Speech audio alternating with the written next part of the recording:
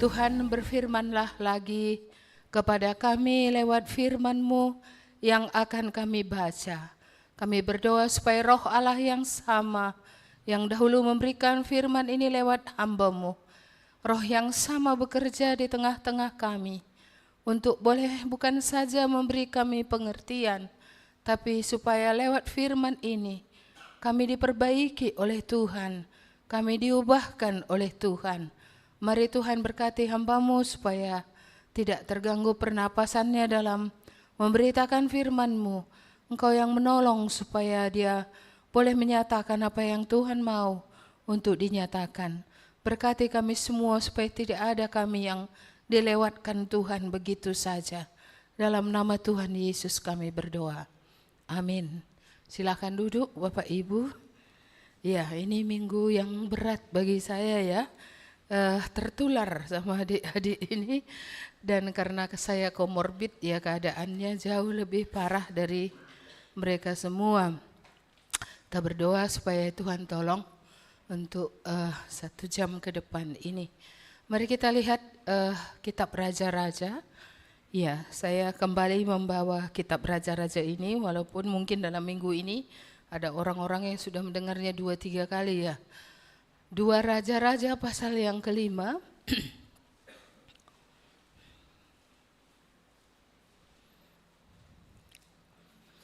Seluruhnya ayat 1 sampai habis, sampai ayat yang ke-27, tapi nanti ada di tengah, tidak kita baca. Ayat 1 sampai habis. Saya bacakan demikian firman Tuhan. Naaman, panglima Raja Aram, adalah seorang terpandang di hadapan tuannya dan sangat disayangi, sebab oleh dia Tuhan telah memberikan kemenangan kepada orang Aram. Tetapi orang itu sakit. Tapi orang itu seorang pahlawan tentara sakit kusta. Orang Aram pernah keluar bergerombol dan membawa tertawan seorang anak perempuan dari negeri Israel. Ia menjadi pelayan pada istri Naaman. Berkatalah gadis itu kepada nyonyanya, sekiranya tuanku menghadap nabi yang di Samaria itu, maka tentulah nabi itu akan menyembuhkan dia dari penyakitnya. Lalu pergilah Naaman memberitahukan kepada tuannya, katanya begini-beginilah dikatakan oleh gadis yang dari negeri Israel itu. Maka jawab Raja Aram, baik, pergilah dan aku akan mengirim surat kepada Raja Israel. Lalu pergilah Naaman dan membawa sebagai persembahan 10 talenta perak dan 6.000 sikal emas dan 10 potong pakaian. Ia menyampaikan surat itu kepada Raja Israel yang berbunyi, sesampainya surat ini kepadamu, maklumlah kiranya bahwa aku menyuruh kepadamu Naaman pegawaiku supaya engkau menyembuhkan dia dari penyakit kustanya. Segera sesudah Raja Israel membaca surat itu, dikoyakkannya lah pakaiannya serta berkata, alahkah aku ini yang dapat mematikan dan menghidupkan, sehingga orang ini mengirim pesan kepadaku supaya aku sembuhkan seorang dari penyakit kustanya. Tetapi sesungguhnya perhatikanlah dan lihatlah, ia mencari gara-gara terhadap aku. Segera sesudah didengar Elisa, abdi Allah itu, bahwa Raja Israel mengoyakkan pakaiannya, dikirimnyalah pesan kepada Raja bunyinya, mengapa engkau mengoyakkan pakaianmu? Biarlah ia datang kepada aku supaya ia tahu bahwa ada seorang nabi di Israel. Kemudian datanglah Naaman dengan kudanya dan keretanya, lalu berhenti di depan pintu rumah Elisa. Elisa menyuruh seorang suruhan kepadanya mengatakan, pergilah mandi 7 kali dalam sungai Jordan, maka tubuhmu akan pulih kembali sehingga engkau menjadi tahir. Tetapi pergilah Naaman dengan gusar sambil berkata, aku sangka bahwa setidak-tidaknya ia datang keluar dan berdiri memanggil nama Tuhan Allahnya, lalu menggerak-gerakkan tangannya di atas tempat penyakit itu, dan dengan demikian menyembuhkan penyakit kustaku. Bukankah Abana dan Parpar sungai-sungai Damsik lebih baik daripada segala sungai di Israel? Bukankah aku dapat mandi di sana dan menjadi tahir? Kemudian berpalingilah ia dan pergi dengan panas hati. Tetapi pegawai-pegawainya datang mendekat serta berkata kepadanya, Bapak, seandainya Nabi itu menyuruh perkara yang sukar kepadamu, bukankah Bapak akan melakukannya? Apalagi sekarang ia hanya berkata kepadamu, mandilah, dan engkau akan menjadi tahir. Maka turunlah ia membenamkan dirinya 7 kali dalam sungai Yordan. Dan sesuai dengan perkataan abdi Allah itu, lalu pulihlah tubuhnya kembali seperti tubuh seorang anak. Ia menjadi tahir. Kemudian kembalilah ia dengan seluruh pasukannya kepada abdi Allah. Allah itu setelah sampai tampillah ia di depan Elisa dan berkata, sekarang aku tahu bahwa di seluruh bumi tidak ada Allah kecuali di Israel. Karena itu terimalah kiranya suatu pemberian dari hambamu ini. Tetapi Elisa menjawab, demi Tuhan yang hidup yang di hadapannya aku menjadi pelayan, sesungguhnya aku tidak akan menerima apa-apa. Dan walaupun Naaman mendesaknya supaya ia menerima sesuatu, ia tetap menolak. Ayat 21. Lalu Gehazi mengejar Naaman dari belakang. Ketika Naaman melihat orang berlari-lari mengejarnya, turunlah ia dengan segera dari atas kereta untuk mendapatkan dia dan berkata, selamat. Jawabnya, selamat. Tuanku Elisa menyuruh aku mengatakan, baru saja datang kepadaku 2 orang muda dari pegunungan Efraim, dari antara rombongan Nabi, baiklah berikan kepada mereka setalenta perak dan 2 potong pakaian. Naaman berkata, silahkan ambillah 2 talenta. Naaman mendesak dia dan membungkus 2 talenta perak dengan 2 pundi-pundi dan 2 potong pakaian. Lalu memberikannya kepada 2 bujangnya. Mereka ini mengangkut semuanya itu di depan Gehazi. Setelah mereka sampai ke bukit, disambutnya lah dari tangan mereka, disimpannya di rumah dan disuruhnya kedua orang itu pergi. Maka pergilah mereka. Baru saja Gehazi masuk dan tampil di depan tuannya, berkatalah Elisa kepadanya, dari mana Gehazi? Jawabnya, hambamu ini tidak pergi kemana-mana. Tetapi kata Elisa kepadanya, bukankah hatiku ikut pergi ketika orang itu turun dari atas keretanya mendapatkan engkau?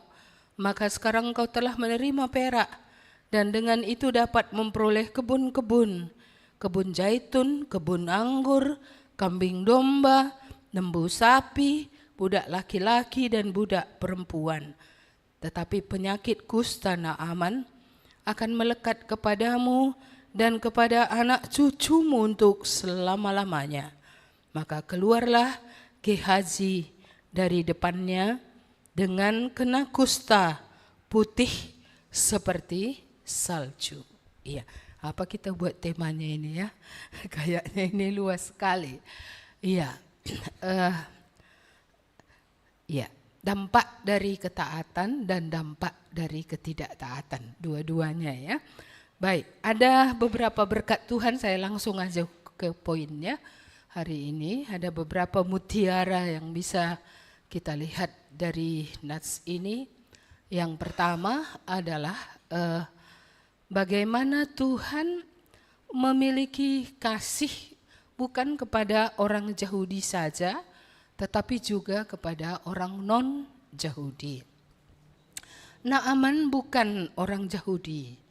Dia seorang Aram. Kalau dari segi ya apa yang dia punya, dia seorang yang luar biasa ya. Dia kalau sekarang pada kita jenderal gitulah ya. Dan raja sangat percaya kepada dia, sangat mengasihi dia, sangat memuji dia. Iya, bisa dikatakan dia orang terdekat daripada raja, salah satu gitu ya. Ya, badannya juga kekar. Iya, kekar, mampu berperang, selalu menang. Iya, cuma ada cumanya. Apa tadi cumanya? Kustaan ya. Iya. Mungkin kita juga banyak gitu ya, keren, berpendidikan, apalagi daftarnya.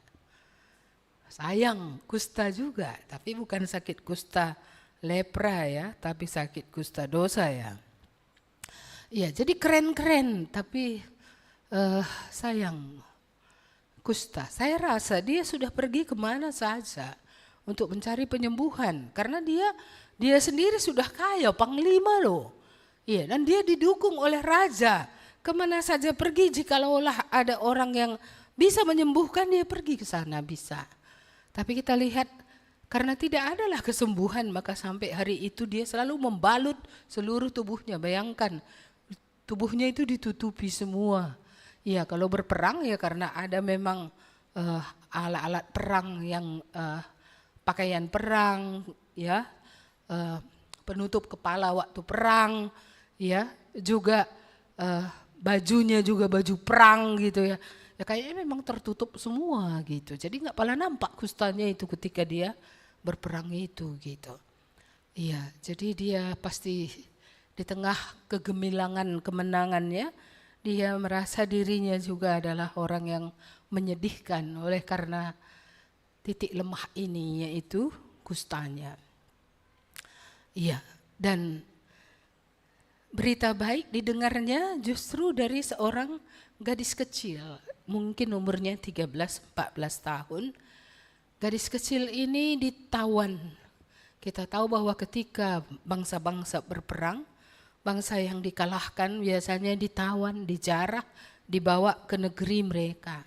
Dan di sana dijadikan apa saja, budak atau pekerjaan apa saja. Dan anak kecil ini kita tidak tahu, anak gadis kecil ini apakah orang tuanya masih hidup, kita nggak tahu. Iya, tapi dia hidup. Dia ditempatkan di bawah Naaman, dan Naaman memberikan gadis kecil ini untuk membantu istrinya. Dari gadis kecil ini, saya pikir kalau saya ditawan, saya tinggal di rumah seorang penawan, apakah saya akan memikirkan yang baik untuk dia? Iya, kalaupun ada saya tahu yang baik untuk dia, apakah saya akan beritahu atau saya diam saja, biarin aja? Toh dia ya menawan aku di sini, aku terpisah dari keluargaku gitu. Tapi gadis kecil ini luar biasa. Dia mengenal Tuhan. Dia percaya Tuhan, dia tahu ada Tuhan di Israel. Ini mengingatkan kita kan firman Tuhan yang berkata, usahakanlah kesejahteraan di kota di mana engkau aku buang gitu ya, kepada orang Israel. Ini dia dibuang ya, dia ditawan tadi, dibawa ke Aram. Tapi dia memikirkan apa yang baik untuk tuannya loh. Dia ceritakan bahwa ada seorang nabi di Israel. Ya, ada seorang nabi Allah di Israel, ada Allah di Israel. Dia memberitahu itu. Ya, jadi walaupun dia situasinya seperti itu, tapi dia tidak pernah berhenti untuk mempercayai Tuhan ya, dan dia tidak pernah berhenti untuk memikirkan apa yang baik. Iya. Dan dia memberitahukan ini bahwa ada di Israel orang yang bisa menyembuhkan Naaman. Iya, dan Naaman lewat istrinya dan Naaman, dua-duanya mereka mempercayai kata anak itu dan meneruskannya kepada Raja Aram. Raja Aram langsung ya beri pasukan untuk memberangkatkan panglima ini. Bahkan dibawa tadi harta yang sangat banyak. 1 talenta perak itu 34 kilogram. Ada emas tadi berapa banyak ya. Satu talenta itu kalau pada masa itu kira-kira gaji 10.000 hari. Iya, jadi kalau 27 tahun orang bekerja pada masa itu, itulah gajinya 1 talenta. Jadi bayangkan kalau dibawa itu 30 talenta ya kan. Udah gaji berapa itu? 27 kali 30. Ya, berarti sampai matilah. Ya kan? Itu penghasilannya. Artinya begitu banyaknya lah kekayaan yang dibawa oleh Naaman ini ya. ke negara Israel untuk apa? Untuk mendapatkan kesembuhan. Dan berbeda dari biasanya kalau orang terhormat yang datang, panglima datang, ya orang kan bagaimana namanya ya, menyiapkan gitu. Bagaimana menyambut orang besar datang. Iya, kita tahu bahwa Raja Israel menghadapi masalah agak buruk. Ya, sikapnya tidak baik. Seharusnya menghadapi permasalahan, apalagi ini tadi kan sudah didahului dengan surat pemberitahuan bahwa Naaman akan datang. Iya, dalam hal ini dia tidak meletakkan surat itu kepada Tuhan dan berdoa. Dia tidak mencari wajah Tuhan. Bukan itu yang dilakukannya. Dia malah langsung punya pikiran yang negatif. Orang ini mau cari gara-gara sama aku.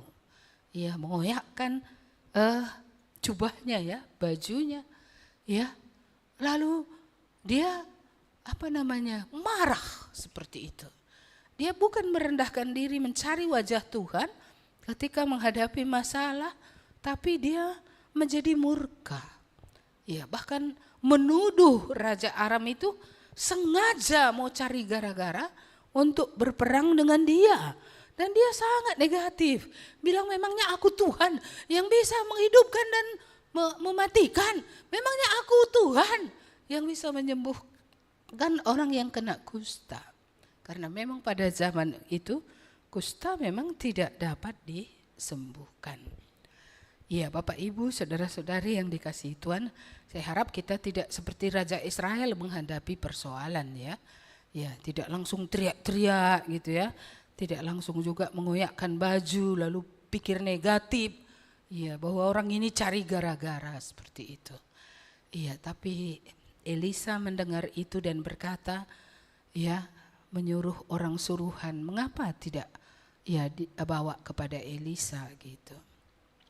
Supaya Aram tahu ada Allah, ada nabi di Israel. Iya. Begitulah ceritanya sehingga dia sampai di depan pintu rumah Elisa.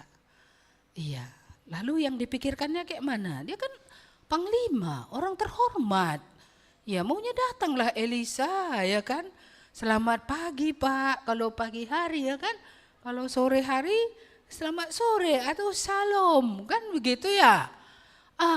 Apa yang Tuanku inginkan? Wah kan gitu ya. Tapi Elisa muncul pun tidak.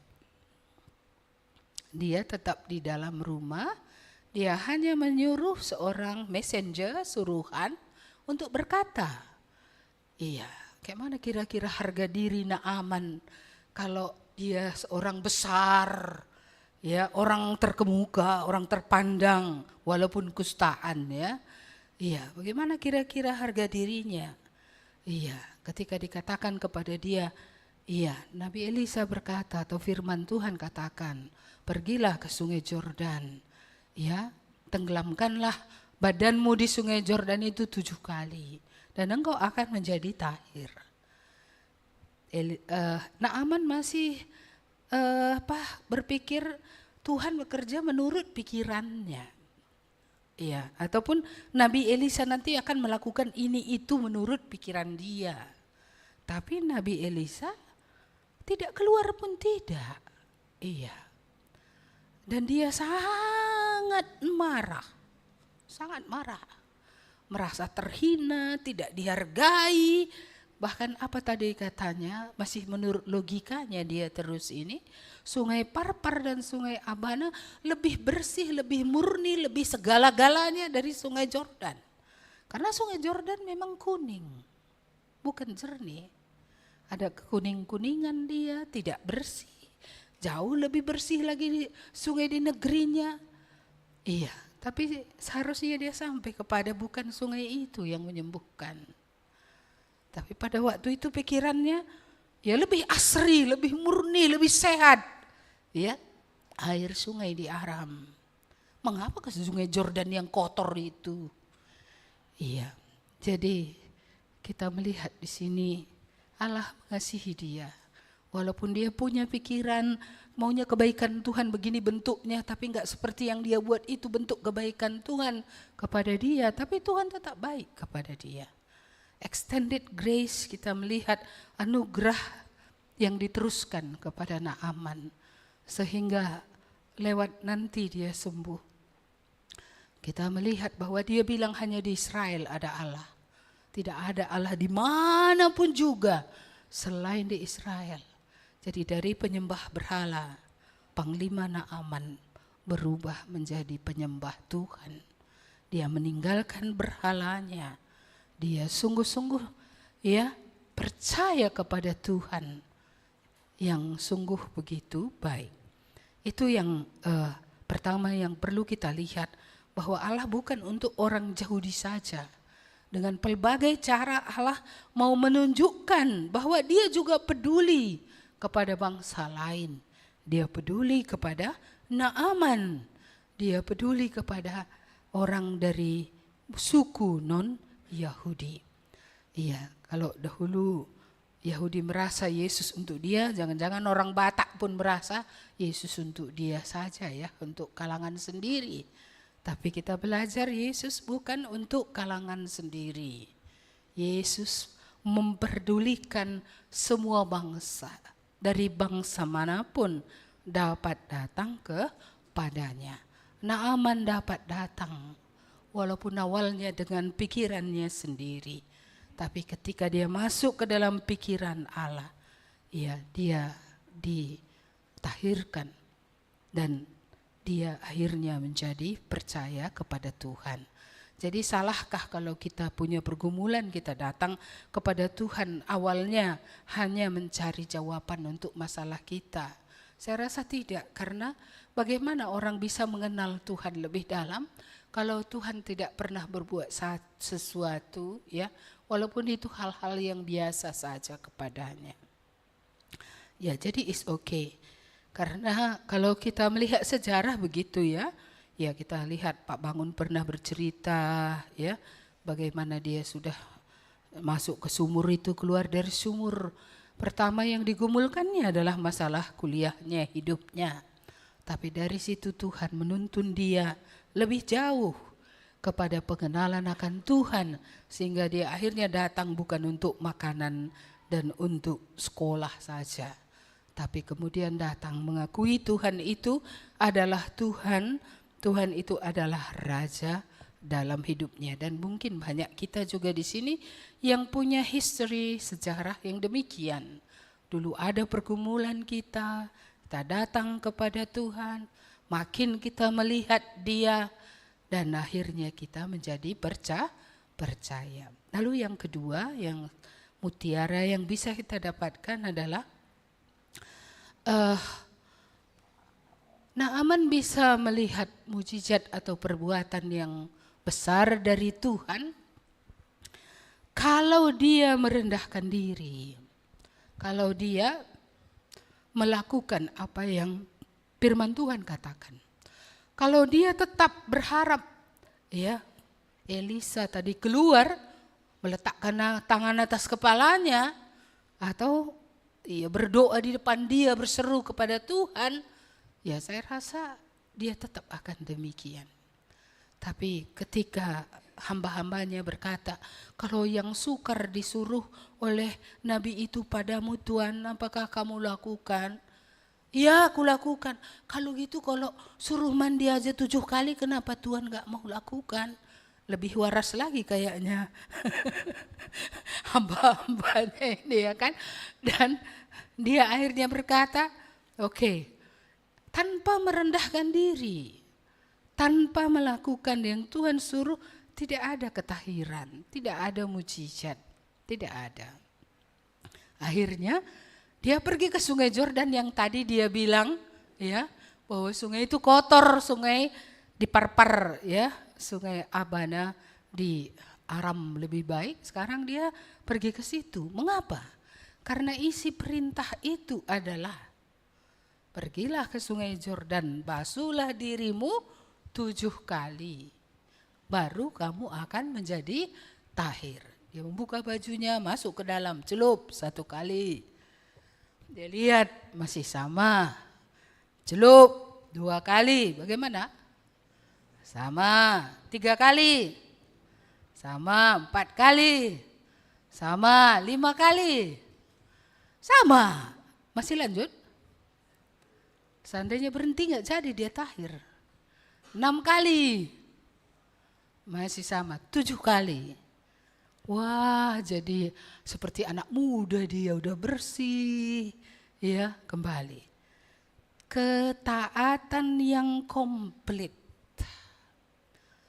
Bukan ketaatan 1 kali. Bukan ketaatan setengah dari apa yang diperintahkan.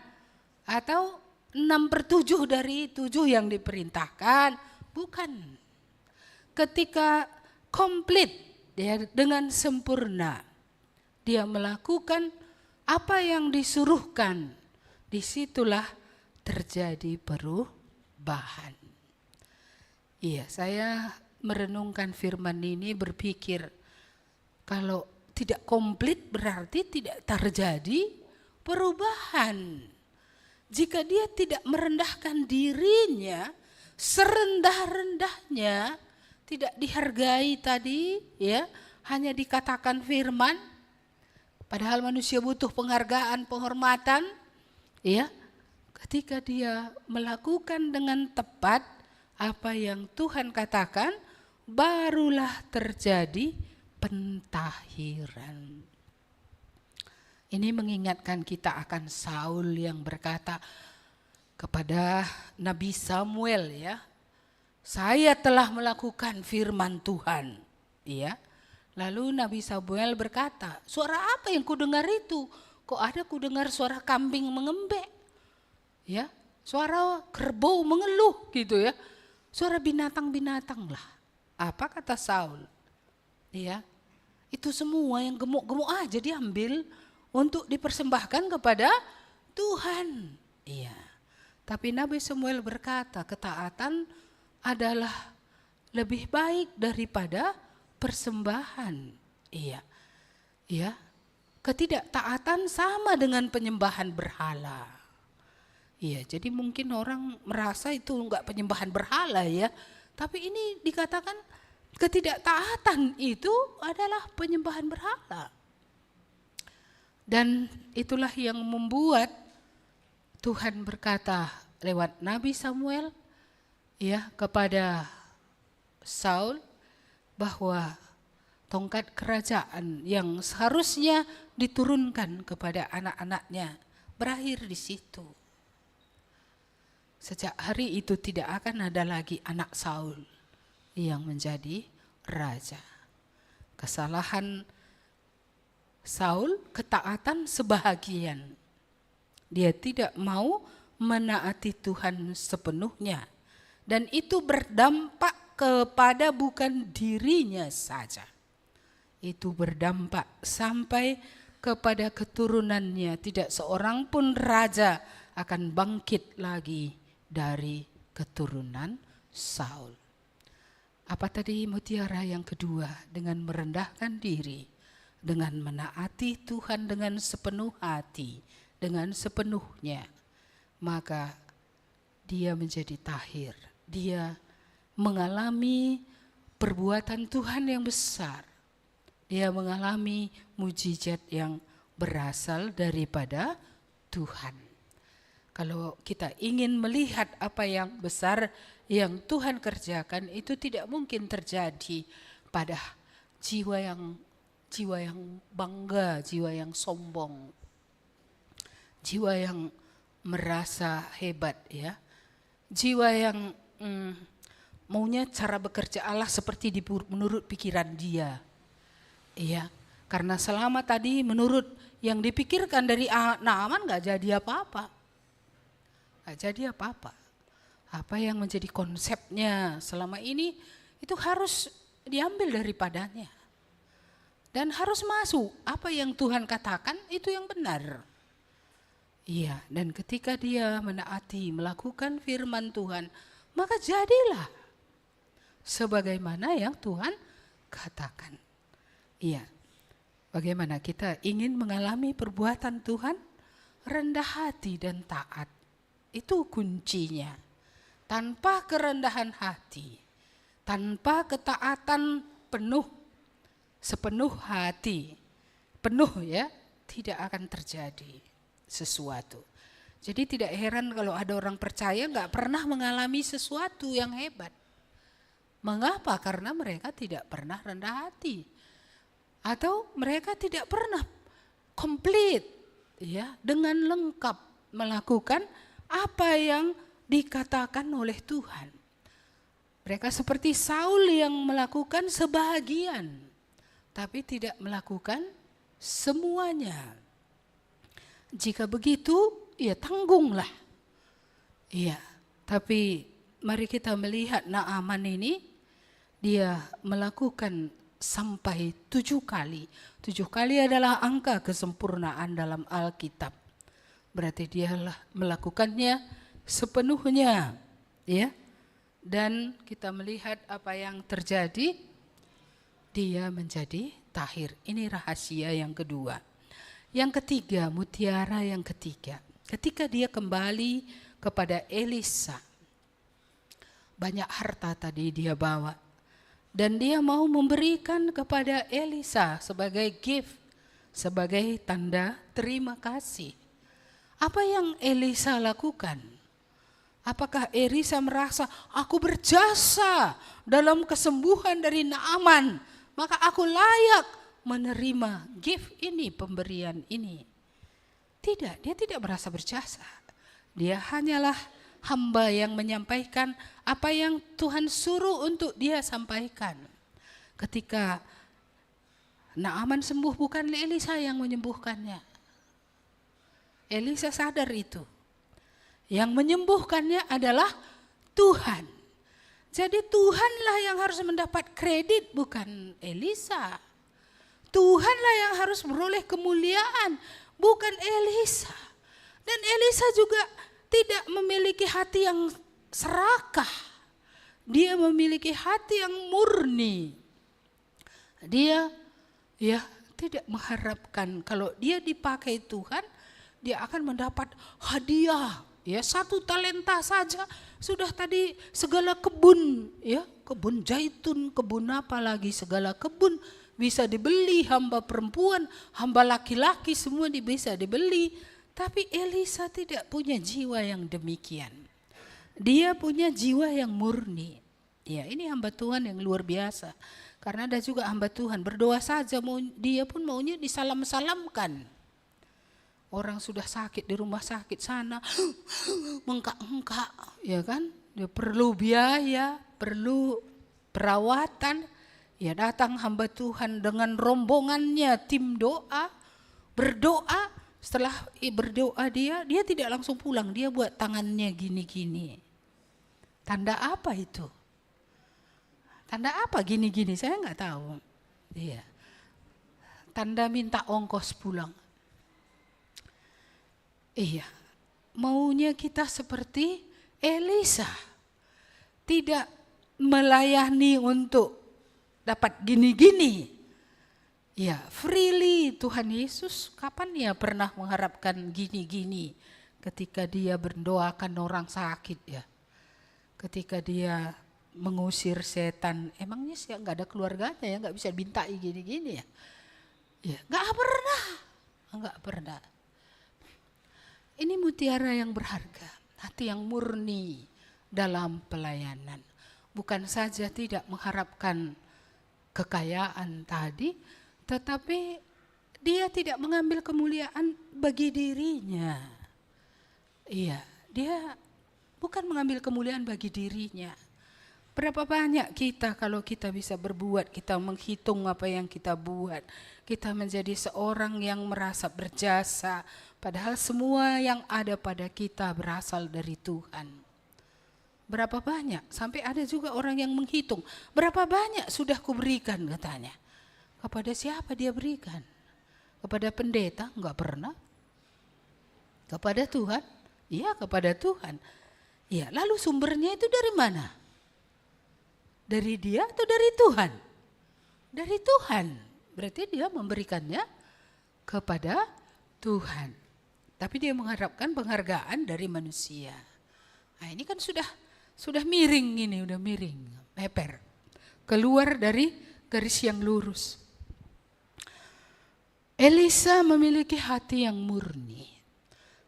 Tidak, dia tidak mengatakan aku yang menyembuhkan kau ya. Ingat-ingat itu, aku yang menyembuhkan kau. Kadang-kadang kita mungkin gitu ya, kita ingatkan orang, udah gini ku buat samamu ya gitu ya. Iya, tapi Elisa tidak, kita harus bertobat. Iya. Elisa tidak menghitung ya itu sebagai jasanya. Dia melihat itu jasanya Tuhan, meritnya Tuhan itu. Haknya Tuhan. Maka dia ingin orang ini akan menghormati Tuhan. Iya. Maka sangat senang dia ketika Naaman berkata, udah aku tahu gak ada Tuhan yang dimanapun selain di Israel. Dan aku gak mau menyembah Tuhan ini. Bagi Elisa cukuplah itu. Itulah justru yang diharapkannya. Supaya orang ini dari orang penyembah berhala menjadi penyembah Allah seumur hidupnya. Dan kalau nanti dia sudah menjadi percaya lewat dia dan keluarganya, Aram akan mengenal nama Tuhan.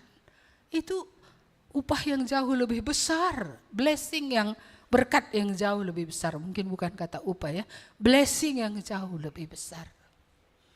Karena saya yakin Naaman pulang pasti dia cerita ya sama istrinya, ya. Ya mungkin nggak pernah ditulis apakah dia berterima kasih kepada gadis kecil itu ya, yang dipakai oleh Tuhan, membawa dia mengenal Tuhan. Enggak pun enggak apa-apa, kan enggak masalah itu, enggak dihargai ya. Ini mutiara yang ketiga. Lalu mutiara yang lain yang kita bisa belajar, tapi ini adalah peringatan. Karena kita melihat tadi Gehazi ini, lain jiwanya walaupun dia dekat dengan Elisa tiap hari. Jiwanya beda.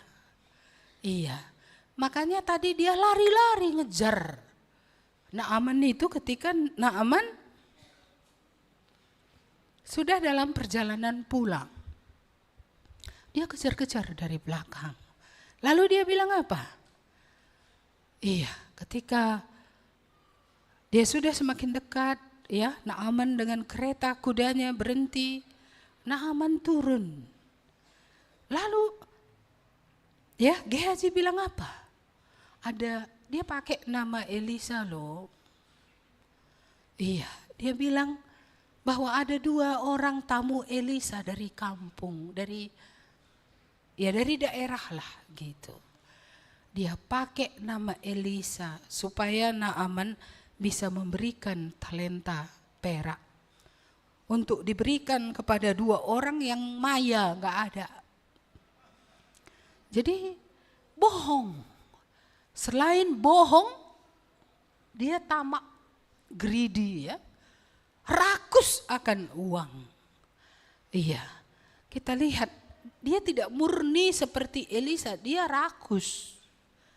Iya, makanya tadi dia bilang ada 2 tamu tuanku, kata tuanku berikanlah setalenta perak dan berikanlah 2 pasang pakaian. Iya, tadi iya. Elisa sudah menolak semua itu. Aku tidak akan menerima apapun dari tanganmu. Ini kok muncul orang ini kayak gini. Ya, mungkin Naaman berpikir positif saja barangkali ya. Ya, yang jelas dia memberikan, ambillah 2 talenta. Dan dia menyuruh 2 orang anak buahnya menggotong pundi-pundi berisi talenta perak itu untuk dibawa ke tempat di mana Gehazi tinggal. Gehazi menyimpannya. Iya, lalu kemudian orang yang 2 itu pulang, dia pergi lagi menghadap kepada Elisa. Ya, dia pergi lagi menghadap kepada Elisa. Elisa nanya, Gehazi kok enggak kulihat kau dari tadi ya, katanya. Apa kata Gehazi? Aku tidak kemana-mana, katanya. Bohong. Dari satu bohong ke bohong lain, ya kan? Iya, aku gak kemana-mana, katanya. Tapi Tuhan, saya rasa Tuhan itu yang memberitahu Elisa bahwa ya Naaman telah turun dari kereta untuk menemui Gehazi. Hati yang tidak murni, hati yang tamak, berakhir dengan apa? Hukuman. Akhirnya pindahlah ya penyakit kusta ya kepada Gehazi. Dia keluar dari hadapan Elisa dalam keadaan sudah putih semua. Dia sudah kena kusta. Dan saya sedih membaca kisah ini karena hukuman ini menimpa Gehazi bukan hanya dia. Apa tadi katanya di sini ayat yang 28 itukah terakhir atau 27? Tetapi penyakit kusta Naaman akan melekat kepadamu dan kepada anak cucumu untuk berapa lama? Iya, hukuman ini adalah hukuman yang bergenerasi-generasi. Bukan saja Gehazinya yang kena kusta, tapi keturunan-keturunannya juga ikut kena akibat dari hati Gehazi ini. Sekalipun dia dekat dengan Nabi ya, sekalipun dia dekat dengan hamba Tuhan, tapi hatinya greedy, melekat kepada uang. Dan kita melihat tadi di sini dia menipu, dia berbohong, dia tidak berkata jujur. Iya, jadi ngeri juga hukumannya, cinta akan uang ini. Sampai ya memang kalau uangnya tadi kan dia dapat karena diterimanya tadi 2 talenta perak itu. Dengan itu dia bisa beli kebun zaitun, kebun anggur, kambing domba, lembu sapi, budak laki-laki dan budak perempuan. Dan sebagai orang kusta mulai hari itu hidupnya terisolasi. Sebagai orang kusta kebiasaan di Israel kalau dia mau keluar ketemu sama orang dia harus teriak-teriak. Najis, najis gitu ya. Unclean, unclean gitu. Sehingga setiap orang berlari menjauh. Dia tidak lagi bisa hidup dalam masyarakat, dia tidak bisa lagi pergi ke rumah Allah. Ya, dia benar-benar hidup hanya dengan uangnya itu, kebunnya itu, dengan anak-anaknya yang juga kusta-kustaan dan juga cucu-cucunya yang kusta. Jadi apa yang berharga di sini? Peringatan. Jika diperingatkan ya, ini kan semacam peringatan maka diceritakan. Dia sudah dengan tegas melihat tuannya menolak. Mengapa dia mengingini? Dia sudah dengan tegas melihat contoh dalam hidup Elisa. Elisa mengatakan bahwa hanya Tuhan yang mendapat kredit, bukan manusia. Ya. Jadi kita melihat di sini kontras dengan hidup Elisa, Gehazi ini ya, hidupnya itu akhirnya dihukum oleh Tuhan. Iya, apa yang dapat kita dapat dari firman Tuhan hari ini cukup banyak bisa kita lihat. Saya tidak tahu apakah nomor 1 yang menjadi berkat bagi saudara kepedulian Tuhan kepada bangsa lain. Dengan pelbagai cara, lewat seorang gadis kecil. Ya, gadis kecil ini saja juga bisa menjadi berkat. Dia sudah terpisah dari keluarga sendirian, umur masih tanggung 13 mungkin 14, tapi masih bisa percaya, masih bisa mikirkan yang baik, ya, masih menceritakan apa yang bisa mendatangkan kebaikan kepada Naaman tuannya. Masih memikirkan itu, ini pun luar biasa saya rasa. Ya, yang mana yang bisa jadi berkat? Ataukah kita harus berubah dari cara menanggapi masalah? Ya, karena Raja Israel menghadapi masalah dengan teladan yang sangat buruk, memberi teladan yang tidak membangun siapapun. Iya, karena dia hanya peluapan emosi saja, dia bukan datang kepada Tuhan, dia bukan merendahkan diri, Dia tidak bertanya kepada Tuhan, Tuhan sudah datang surat seperti ini, apa yang engkau mau aku lakukan? Ya pasti kan Tuhan akan mengarahkan dia, iya apa yang harus dia lakukan. Atau ketaatan Naaman inikah menjadi berkat bagi kita, bahwa dia tidak tanggung-tanggung. Iya, ketika dia sudah sadar pikirannya nggak bisa diandalkan, jalannya nggak bisa diandalkan. Iya, dengan kalimat dari hambanya itu, kalau itu aja disuruh, kenapa Tuhan tidak mau? Kalau hanya untuk mandi saja di sungai Jordan, kalau yang sukar-sukar pun Tuhan mau, kalau mandi aja apa payahnya? Mengapa Tuhan tidak melakukan apa yang Tuhan katakan atau Nabi itu katakan? Artinya dia akhirnya mengerti bahwa bukan air sungai Jordan itu yang menyembuhkan, tapi yang membuat perubahan itu adalah ketaatannya terhadap firman yang disampaikan. Inikah yang menjadi berkat, atau apakah yang menjadi berkat bagi kita hari ini? Karena memang sungai itu bukan itu. Bukan ada zat tertentu di sungai itu, kalau mandi dia di situ sakit kustanya itu akan sembuh. Kalau ada orang kusta lain mandi di situ nggak sembuh kok. Iya, apa yang menyembuhkan dia? Yang menyembuhkan dia ketika dia mulai tidak lagi mempertahankan harga diri. Dia merendahkan diri, dia menaati 7 kali, artinya dengan sempurna. Dan ingat, hai kita semua, siapa tahu ada di antara kita cinta uang pula kayak Gehazi ini. Rangap bahasa karonya, kalau bahasa Inggrisnya greedy, tamak gitu. Iya, ini hukuman atas ketamakan ini ngeri ini loh. Iya, ini tadi penyakit turun temurun. Kalau ini berat dosa turun temurun kan sudah susah ini ya.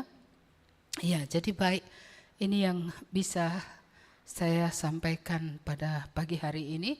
Kiranya kita bisa mendapat berkat daripadanya, keputusan apa yang bisa kita ambil. Kalau kita sudah melihat tadi kayak gini, warning, kan gak mungkin kita ke situ lagi ya kan. Kalau sudah diperingatkan, kecuali ingin juga kena kusta, ya kena hukuman terus sampai seterusnya. Iya, jadi walaupun dekat dengan Elisa bisa pula gini ya. Jadi dekat-dekat pendeta pun nanti bisa gini ya. Dekat Pak Bangun bisa gini ya. Ini bahaya ini loh. Iya. Iya. Enggak sama hatinya. Iya. Hati Elisa murni, hati Gehazi bengkok. Iya, maka dekat dengan Tuhan ya. Biar jangan bengkok hati kita. Amin. Mari kita berdoa. Terima kasih Tuhan atas firman-Mu ini, kami boleh belajar bagaimana kasih-Mu tetap ada kepada bangsa-bangsa lain. Supaya itu disuratkan dalam jiwa kami ya Tuhan. Supaya kami juga mengerti Engkau bukan saja menyelamatkan orang Yahudi pada masa dulu, kami pada masa kini. Tetapi Engkau juga mau supaya orang-orang lain sampai kepada keselamatan. Tolonglah kami untuk benar-benar teguh melihat isi hati Tuhan, bahwa kalau ini Injil ini berhenti pada kami, kami pun akan dibuang, kami pun akan ditolak. Jadi kami mengerti secara gereja, kalau Injil ini masih diteruskan, gereja ini akan hidup. Tapi kalau Injil ini tidak lagi kami meneruskannya kepada orang lain supaya orang lain diselamatkan, sama seperti dahulu Engkau menolak bangsa yang atasnya nama-Mu disebut pun Engkau buang Tuhan. Kami pun akan berputar-putar saja jikalau Injil ini tidak diteruskan dan orang-orang boleh sampai kepada keselamatan. Karena untuk itulah Engkau memisahkan kami, supaya kami menjadi terang bagi orang lain, supaya bertambahlah orang yang diselamatkan. Walaupun kami mengerti juga Orang yang menolak Engkau akan pergi dari antara kami. Orang yang menolak Engkau, Tuhan, tidak akan tahan di tengah kumpulan orang percaya. Kami berdoa supaya Engkaulah terus membawa orang kepada keselamatan, kepada hidup yang kekal yang berasal daripadamu.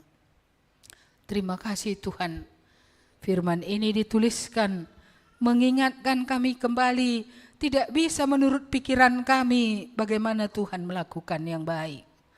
Tidak bisa menurut cara yang kami pikirkan. Bahkan tidak bisa dengan kepongahan kami akan mengalami hal yang baik.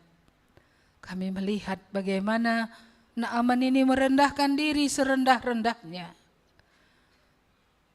Dia tidak lagi mempertahankan apa yang ada dalam pikirannya. Tidak dipertahankannya idenya, konsepnya, apapun yang ada padanya. Dia hanya melakukan seperti yang Tuhan katakan. Dan selamanya apa yang Engkau katakan genap. Kami mengucap syukur melihat ketaatan yang sepenuhnya menghasilkan pembaharuan dalam hidup Naaman yang dahulu memiliki kelemahan. Akhirnya apa yang menjadi kelemahan, apakah kustanya itu akhirnya bisa dibersihkan. Apapun yang mengikat kami hari ini, apapun dosa yang masih terus kami kembali ke situ, apapun hal yang membuat kami tidak bisa bertumbuh di dalam Tuhan. Tuhan dalam ketaatan penuh dan kerendahan hatilah kami akan mengalami kelepasan yang sejati.